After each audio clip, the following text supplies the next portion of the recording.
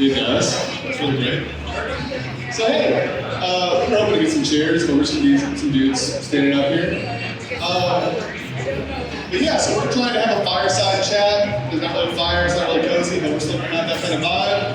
And we're gonna talk about A/B experimentation, testing, and how we use that effectively at Microsoft. So I'm Goble. I'm gonna be moderating to some extent, and then we have Tom Gamble. I'm Qasim Ijaz. What do y'all do at Microsoft? I've been on the Azure Kubernetes service team for about 3 years now. We manage basically container orchestration scheduling. We're the fastest growing services in Azure. We are hiring. Please talk to me later or talk to the folks at the booth. I lead the user experience accelerator team in Azure portal, and we basically work with all the teams across Azure portal to help them modernize their user experiences and their tech stacks. That's in a nutshell what we do. Let me get in the middle. It's kind of just pass it between you, so we don't have to do this little dance. But yeah, so I'm Waller. I work on all things Bing. I work on a team that moves around and does that thing. But we're going to talk about mostly about how Azure uses experimentation. Qasim, do you want to tell us about what A/B experimentation is as a concept? So A/B experimentation is essentially a technique to compare two different alternatives, A versus B, right? So for example, you have some experience or implementation of a feature that you already have, and you have some feedback or some inclination that needs to be changed or improved. So what do you do, right? One way is to go and implement something on your own feelings of how you think about stuff. But how do you know that's the right thing to do for your customers, right? So that's where the A/B testing comes in. In A/B testing, what we do is we come up with a hypothesis that there is a better experience for our customers, and then we test it. So it's a very effective way to do a controlled randomized experiment. By that I mean that there is always a control, which is your existing experience, and you compare that with a treatment, which is essentially your new experience. And then you randomly, the software that you use to run the experiment is supposed to randomly assign your users to one or two groups. So randomly it will assign it to group A or group B, right? And then you run the experiment and you compare which treatment or which experience did better. And so it doesn't have to be A versus B. You can also run a multivariate experiment where you can have multiple combinations of user experiences like A, B, and C, and D. You can also test those. For example, you could test size of button. If is a smaller button more effective to get more clicks or a larger button? Or you can combine that with, let's say, a red button versus a blue button, or also combine that with which font you use, right? So in Azure, that's what we try to do, right? One of the experiments that we ran was trying to maximize or increase the number of resource creates. That's the main thing we do in Azure, right? We want people to be able to easily create resources. So that the experiment that we did was dealing with the placement of the buttons. The idea there was we wanted to make the experience seamless, so users would be able to get through the create experience faster, quicker, saving them time, reducing the friction in the experience, making it more intuitive, and then when we ran it, it came out to be very positive, right? And it helped the users go through the experience really quickly, and that was one of the experiments that was really positive for us. And the important thing with A/B testing is really giving confidence when you're making changes, right? So as Qasim just described, like move a button around, do something else. Like if you just rolled your changes out, you have no idea. Maybe it worked, maybe it didn't work, maybe people like it, maybe they don't. If you think about it like an e-commerce perspective, you can do something very similar. You can actually look at like how many sales did you get on the A site versus the B site, or how fast is the page load on the A site and the B site. Right? If you can do it very, very simply, it just like literally count the sales, you can have really fancy tracking. But the importance is really just measuring the changes. You're not just like blindly tossing stuff production and hoping for the best. I think we've all done that. It's not awesome, but if there's any way you can kind of look at things at your point, like you'll feel a lot happier. You'll talk to your product, people will be happier. And this is a very simple concept. And exactly what Qasim described, like that's front-end style, right? You can look at the fonts, you can look the buttons, you can look at all the different user flows. But you take a header from the A/B test and you pass it to the backend, and you do the exact same thing. So you pass forward that this is the A site header, the backend can pick that up and have a very different experience there too. So you can kind of measure it through the entire full stack of your application. You really have a lot of confidence that yes, I'm making the right changes, and also it doesn't break anything downstream. Yeah, I would say we sit down some of these chairs. Now it's a fireside chat. Yeah, so you kind of got into one aspect of it is that A/B testing, A/B whatever, is like a pretty wide bucket of things. It can be as easy as like a green button versus a blue button versus a red button. It can be like experimental flows in your backends. There's also the idea of like rolling out as A/B flows, so like blue-green deployments. So that's a situation where like you're pretty sure, you write your unit test or write your end test, you're pretty sure about your deployment, but you don't want to just go whole hog and delete, delete your old instance and go straight to a new one. So the same mechanisms that we use for this A/B testing, we also use generally at Bing. We definitely do incremental deploys for A/B testing. So we'll deploy to 1%, 10%, 50%, and we can also do this very specialized because we want to run tests of regions, etc. So we can only deploy to some regions, we can only deploy to some cities, and we have a really fine granularity in our tool set. Do y'all want to talk about what tools y'all use for Azure specifically?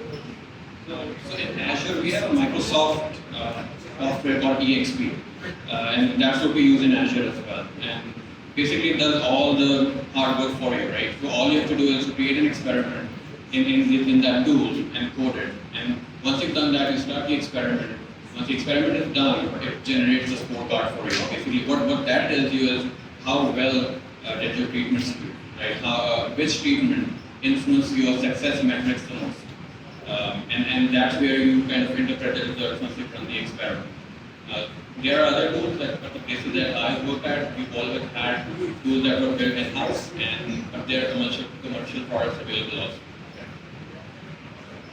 You want to Yeah, so a little bit of the backend side, I apologize, I know this is really rough. But one of the things we've had a lot of luck with is using Prometheus metrics and something like auto rollout.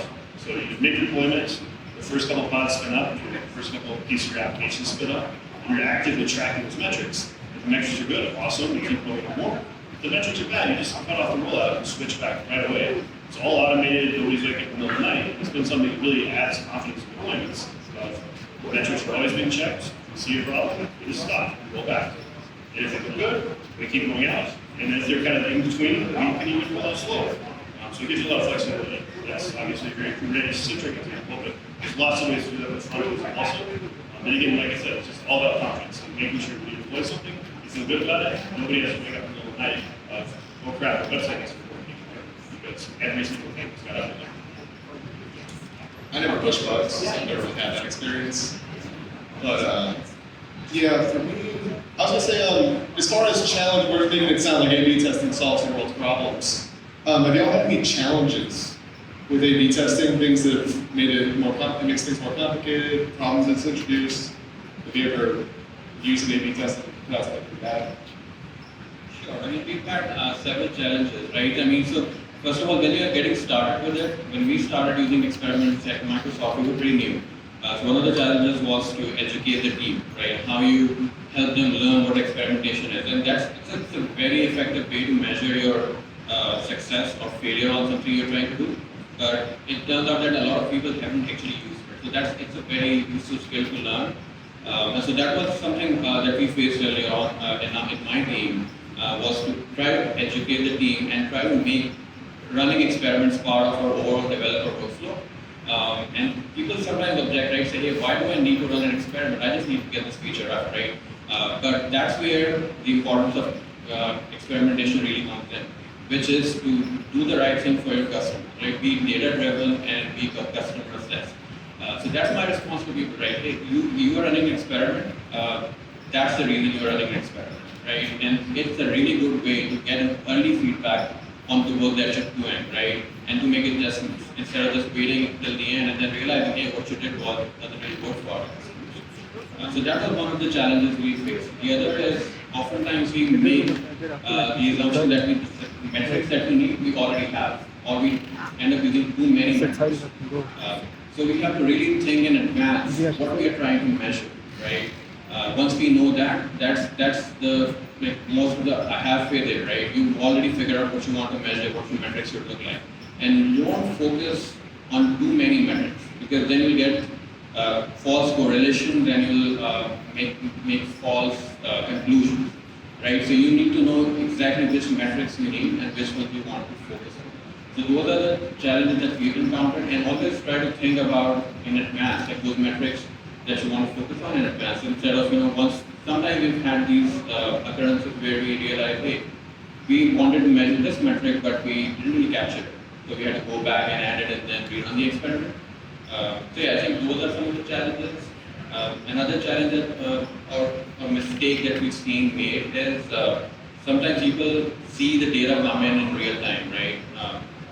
And things look good, and they conclude that, hey, this is really looking good, let's go with it. But if you wait to run the experiment till the end, because of the random nature of the experiment, the results will be quite different if you wait till the end. So that's one of the things to also keep in mind. Yeah, at Microsoft, one of our core values is customer obsession. And Qasim really hit on that, in that like, these metrics are not just data for us to make very simple decisions, but we try to make data-driven decisions in all of our product decisions at Microsoft. And the extent to which we A/B test these things and really look at these metrics is it's really inspiring to me. I started recently. I really think it's cool that we care so much about our customers and make sure that like the slightest tick in user experience, if we can make our products even slightly better, we put the real effort into doing that. But that was my thought. I want to make sure that Tom can talk about his challenges. I think we covered a lot of it. I think one of the more important things is to make sure that you really understand the metrics you're getting back.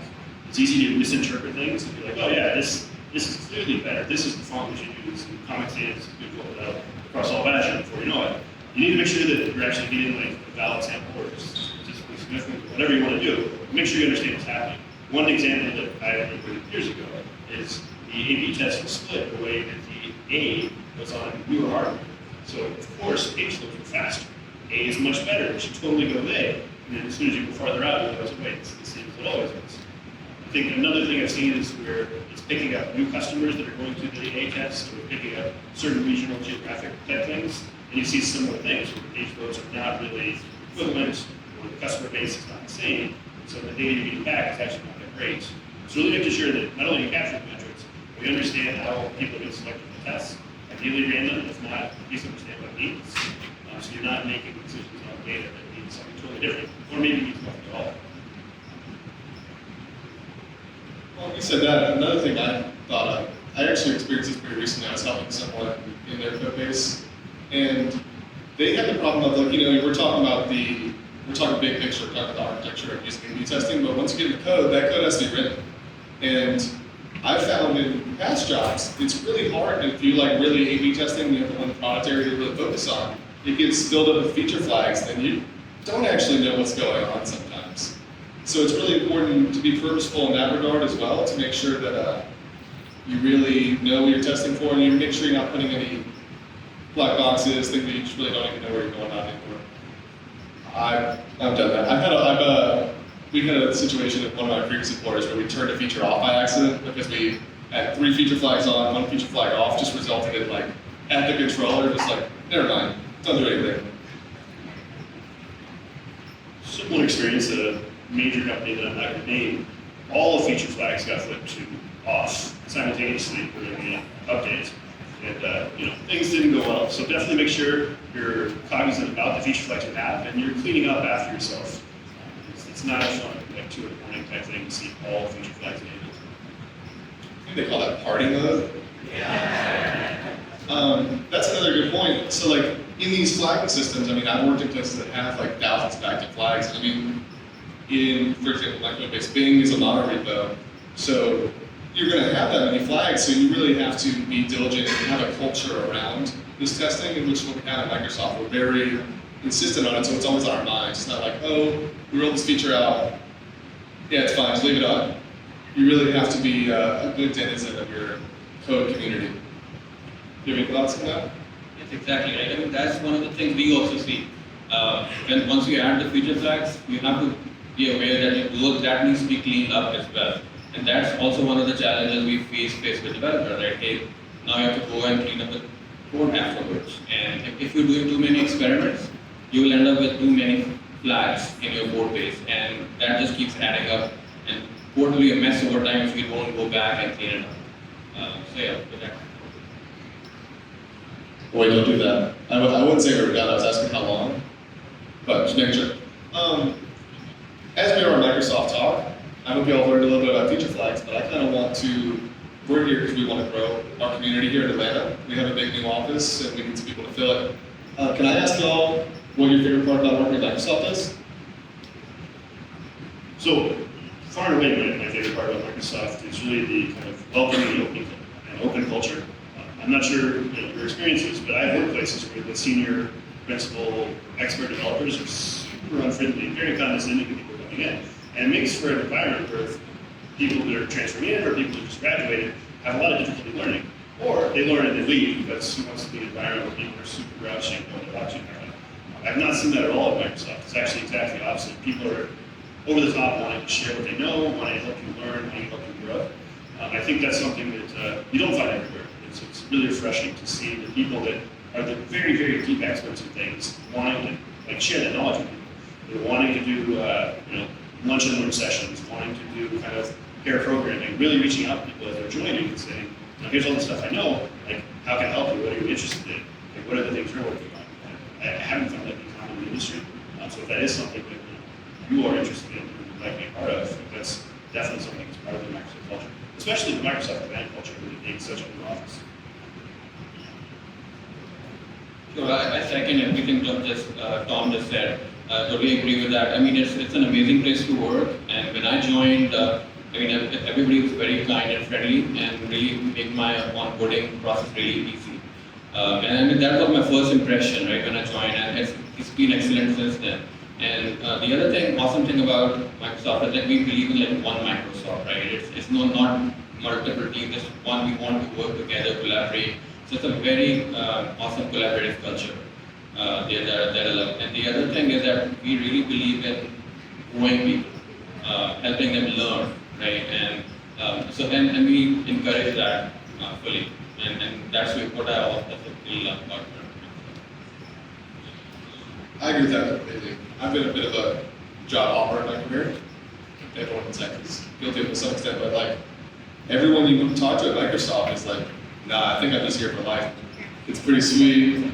One of the metrics that we grade we're going through our big review right now, and one of the things that they ask us is how do you feel about your deal at Microsoft? What you give versus what you get? And I feel like they're getting the raw end of that bargain. I feel like every part of it is pretty darn good, and then the work-life balance and what I give, I get a lot more in return. And I feel like I give a lot. I don't know if we're supposed to get over something, but I think that we will call it there. Actually, can I ask, does anyone have any questions? I guess we didn't do that, but there we go. You gotta speak up, though.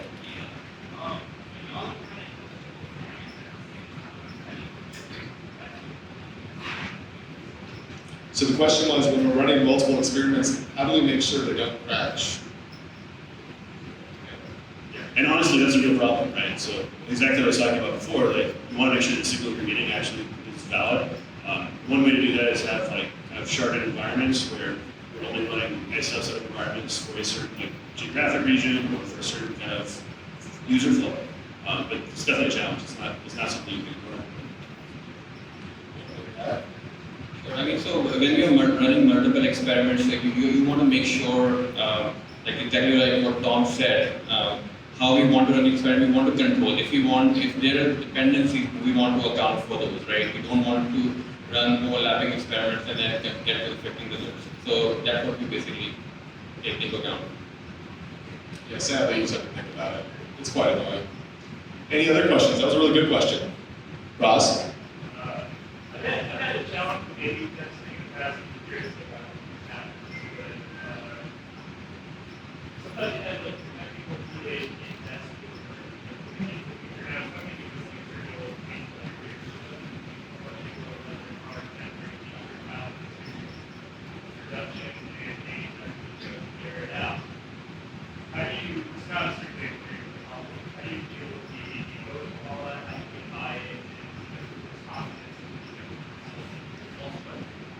I do agree you shouldn't falsify the data if it's your feature. You write a bot, you just scrape your own web page. That's my answer for you. But here at Microsoft, I mean, like in the orientation through like everything is so data driven. We like, as a culture, we really try to take the emotion out of that. It's okay, like it is a group effort to do everything, right? It's one team, one Microsoft, and if the data doesn't bear out, the data doesn't bear out. You still learn something, right? Other than like falsify the data use, right? Actually, I have a really answer. This is actually something that we covered in like the performance review process, which I thought was really interesting. One of the things you're measured on is your impact. So like, what did you deal? What did you actually provide? And awesome if you can generate revenue, that's great. But if something like that happens, like the impact is actually learning, right? So hopefully you come out of it like, hey, we did this experiment, we learned that it didn't work, and we're going to use that learning to do something else next time. So I'll be faster next time, I'll have better information next time, I'll do more research ahead of time. As long as you're able to like bring a lot of that, I feel like it helps. Obviously, as a developer, like your heart and soul into that feature and work, that's not ideal. But I think if you can have the conversation with the person, or have the conversation with yourself, if it's you, like I did learn, right? So I learned this didn't work, and then hopefully I learned why, and kind of pivot and go the right direction next time. Or again, do more research ahead of time next time, so you're not having kind of big deployment and hoping versus like knowing it's going to work, like smaller than you know, like stuff. Probably another top. Sure. So I mean, you get buy-in from people by like exactly talking to them about what impact they're having, right? I mean, you want to have the right impact. I mean, you can impact in a negative way too, right? So how do you know? Like, unless you measure, like use data to look at things and then decide instead of going with your gut, right? So that's the answer that I give. These are great questions. Does anyone have? Oh, there we go.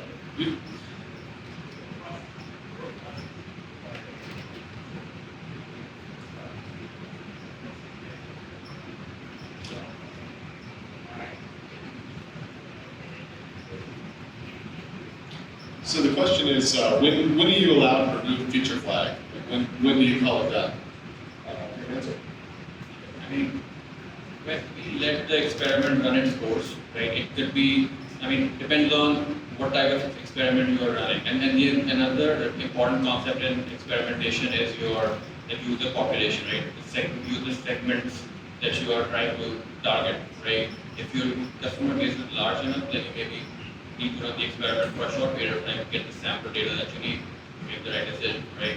But if you have a smaller user base, then maybe you need to run the experiment for longer, right? So let's say it could be like anywhere from, we typically do it for like run it for 2 weeks at least, before we decide, okay, this is working or not working, or if we need to make any changes, right? If we need to make any changes, then it can run longer, right? We have to do another vision or version of that experiment, right? But if not, then you just decide, okay, this is working, and we have enough data to decide. And at that time, it's not the experiment, and then you know, Once again, it's nothing to think about it, but also, when Qasim introduced it, it's really like you have to develop a hypothesis. You don't just flip it on and see what happens. You say, I think this will be the result of this, and we'll have this much engagement. And hopefully you have that idea before you build the picture, right? You were like, I think this is going to do this. And we really, data-driven, and just once we have the data, it's like, what we're looking for. You want to answer, or you want to ask another question? Anybody else? Keep going. Wow. I saw you first.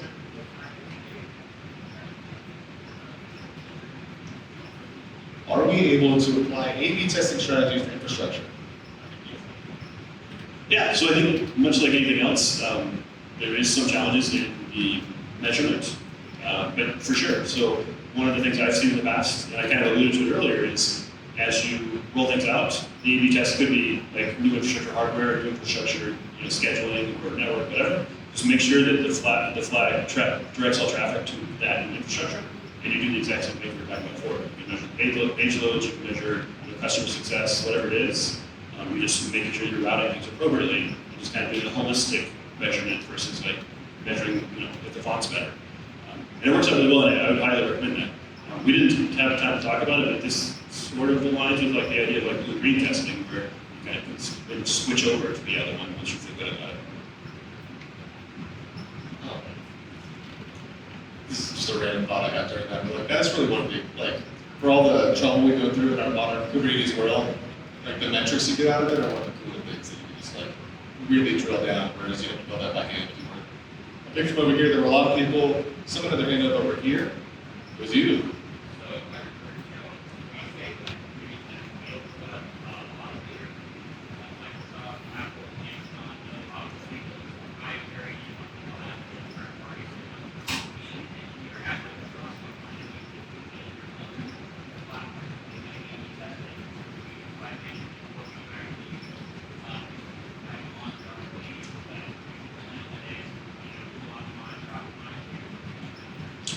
I really hope we don't use Google Analytics.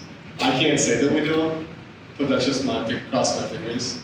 The question was, like, do we build our in-house things, or do we use some of these nice vendors that I should review? So I think any large company does have the tendency towards the kind of NIH not been here syndrome. Microsoft certainly is not innocent of that. I do feel like, especially say in Kubernetes space, we've been very open to using open source products that make sense. One of the ones that I really like a lot for progressive rollout is Argo rollout. And there's a number of other tools like that. I think, and one of the things actually we have a managed offering for now is Prometheus. So people can make use of Prometheus and get all the wonderful metrics there. But I would say it's a mix. I think that it's the case for most large companies. Sure. So, I mean, we use open source software a lot wherever it makes sense. But I mean, in cases like EXP, maybe due to some data privacy reasons, we end up deciding maybe we want to build our own platform, and probably more efficient for us to do that than to use some third party. I can tell you that, like, especially in Bing, not only do we have like our own thing, we built out like such intense specific features to just us. Like we have software that scrapes Bing from a third party, just so we know that it's not impacted by anything, just to test very small changes.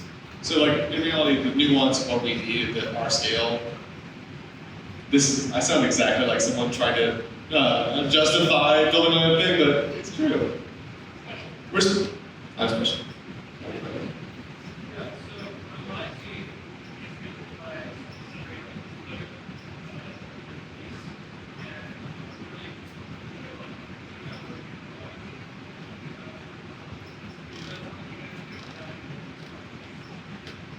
The question is, just so we're here, how involved is product in making these decisions, and how involved are they in actually flipping the flags themselves? Kind of what you're talking about? How's that mean? Sure. We usually involve product to decide when they want to start the experiment, and when they think they have enough data to make the decision, and to stop the experiment. And but while that's going on, they're constantly looking at the scorecard, what we call a scorecard. When you're running an experiment, you get a report basically showing you how the experiment is doing, and they monitor that, and then they make the call to whether continue the experiment or make revisions. As always, we're just conduits of product needs. You have more thoughts?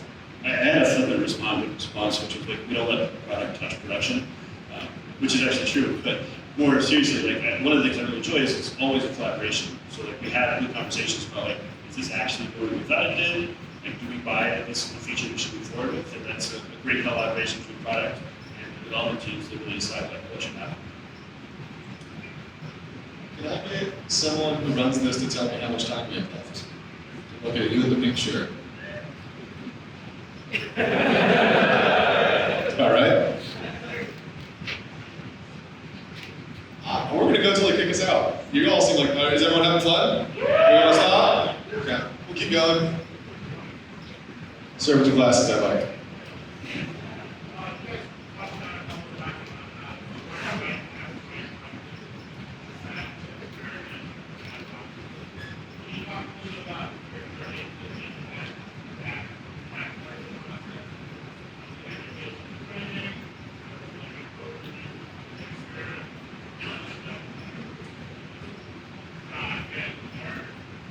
I'm not sure if I can summarize this. So was your question like, how do we make sure, like how do we develop these hypotheses?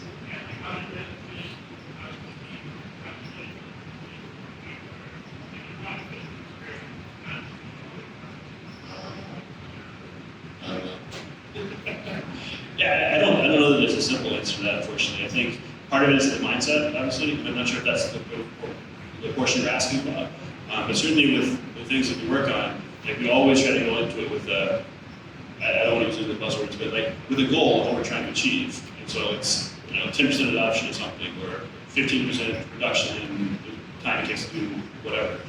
So the idea is really to come in with that goal and then think about the things we might be able to do that will achieve that goal. And I think that helps a lot from like an engineer perspective. Awesome, I see what I'm trying to do. Here are some of the guesses, and then like here are the things I can specifically do to meet those guesses. And you come up with your hypothesis, you create the test, and then you see the test work, the test not work. If it works, awesome, you keep moving, maybe you adjust the goalposts. Didn't work, then you pick another test and kind of run with that. I think a lot of it is really making sure that you have a product team and engineering team that are both kind of aligned on this is actually the goal we're going after. I've seen that not work in lots of companies, but the entire team is focused on our goal is, AKS cluster creation will succeed 99.99% of the time. Like it's really easy to come up with like, here are the tests, or here are the things we think we might be able to do, and like actually measure them as we go. Hypothesis, coming up with hypothesis, what we do typically is for example, in Azure portal, we have multiple channels to collect feedback, right? So just running of experimentation is also one of them, but before we get to that stage, we are looking at feedback that users give us through by directly talking to the customers, or you can click a button in the portal and provide textual feedback, right? Or you can read a feature, right? So from there we get some hints, right? How the feature is working, what's the friction in the experience, right? And then we take that and then we decide, okay, how can we potentially change the experience? We don't know exactly how it should look, so that's where we come up with multiple hypotheses and test it. So basically that's our process to come up with the hypothesis. And then we will collaborate with our product managers to come up with this. Yeah, I mean, it really is. It's not like how do we get there, it's that like there's no other way. There's no other way to think about this. We're just like, let's just go build this. More questions? We're going for it. We have about 5 minutes. How about you? I can't hear you at all. Not even a little bit.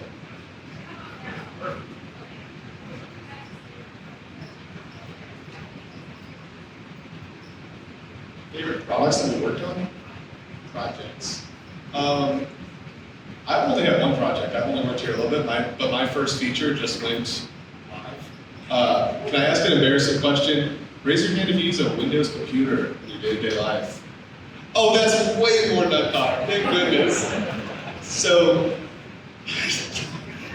trainer. Okay.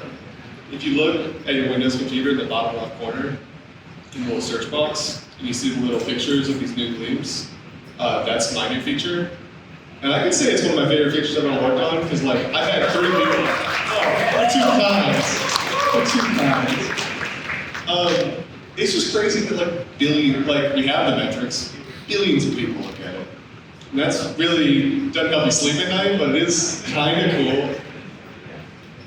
How about y'all? I'm not going to name the project or the company, but one of my favorite ones is actually one that went the other direction. So I was firmly convinced this idea from the product team was never going to work. It was absolutely terrible.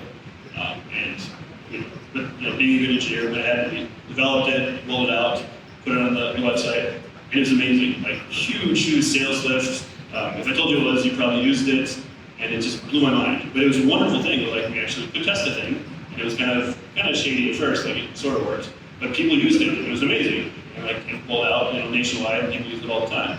So it was kind of a cool.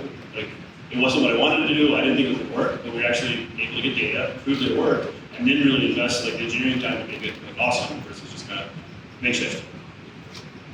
Awesome. What's your favorite project? So yeah, I can talk about the experiments that we've been doing in Azure, right? So one of the best experiments that we did recently was on the create. Like I was saying earlier, our goal is to help our customers create resources and quickly, right? We don't want them to abandon the create experience, right? So we tested that experience by changing the placement of buttons in the create wizard. and when we measured how quickly users were able to go through that experience. So as a result of that, we saw that the completion times were a lot less, and the abandonment rates were also dropping. So that was one of the good experiments we did. Another one I really liked that we did recently was to actually measure performance improvements that we did for a view that in the code. And that's not the typical experiment that we run, but we saw some performance issues with one of our views, and what we did was we made some changes, and we thought that okay, it would be really interesting if we ran an experiment, because experiment is a very reliable way, and with a statistical significance, we can tell how much performance improved. Right, so that was another really awesome application. I'm sorry, but I think we are at time. Thank you all so much, and I want to say thank you for making this good fireside chat. This felt very homey. It's good to have a